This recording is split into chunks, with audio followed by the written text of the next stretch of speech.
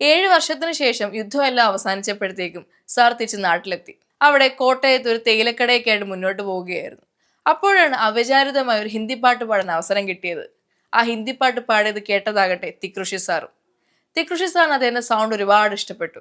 അങ്ങനെ ജോസ് പ്രകാശ് സാറിനെ തിക്കൃഷി സാർ ദക്ഷിണാമൂർത്തി അദ്ദേഹത്തിനെ പരിചയപ്പെടുത്തി. അങ്ങനെ 1952 പുറത്തിറങ്ങിയ ശരിയോ തെറ്റോ എന്ന സിനിമയിലൂടെ ജോസ് പ്രകാശ് സാർ ഗായകനായി മാറുകയാണ്.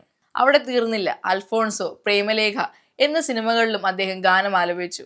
അദ്ദേഹം തന്നെ പറയും, പാട്ട് മാത്രമല്ല ഈ സിനിമകളിലൊക്കെ ചെറിയ ചെറിയ വേഷങ്ങളും കിട്ടി. അങ്ങനെയായിരുന്നു ജോസ് പ്രകാശ് സാറിന്റെ അഭിനയ രംഗത്തേക്കുള്ള ആരംഭം. 1961 പുറത്തിറങ്ങിയ ഭക്തകുചേല എന്ന സിനിമയിലൂടെയായിരുന്നു നടനായി സാർ എത്തിയത്. എന്നാൽ 1969 പുറത്തിറങ്ങിയ ഓളവും തീരത്തിലെ വില്ലൻ കഥാപാത്രമായിരുന്നു നിത്യഹരിത വില്ലനിലേക്കുള്ള അദ്ദേഹത്തിന്റെ തുടക്കം. ബ്ലാക്ക് ആൻഡ് വൈറ്റ് സിനിമകളിൽ നിന്ന് കളർ സിനിമകളിലേക്ക് എത്തിയെങ്കിലും ജോസ് പ്രകാശ് സാർ ചെയ്തു വെച്ച ഇംഗ്ലീഷ് ഡയലോഗ് ഡെലിവറി എന്നും വേറിട്ട് നിൽക്കുന്നു. വില്ലൻ കഥാപാത്രത്തിന്റെ മാനറിസത്തിനോട് ചേർന്ന് പോകുന്നതായിരുന്നു അദ്ദേഹത്തിന്റെ ഇംഗ്ലീഷ് ഡയലോഗുകൾ. ഇന്നും എല്ലാവരുടെയും നാവിൻ തുമ്പുകളിൽ ആ ഡയലോഗുകളുണ്ട്. മുതലക്കുളം നിർമ്മിച്ച് മുതലകളെ പരിപാലിക്കുന്ന ഒരു വില്ലൻ വേറെ ഉണ്ടാകില്ല.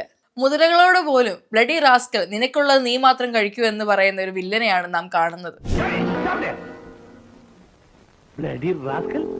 നീ മാത്രം കഴിച്ചാൽ മതിയോടാ, മറ്റുള്ളവർ കഴിക്കണ്ടേ?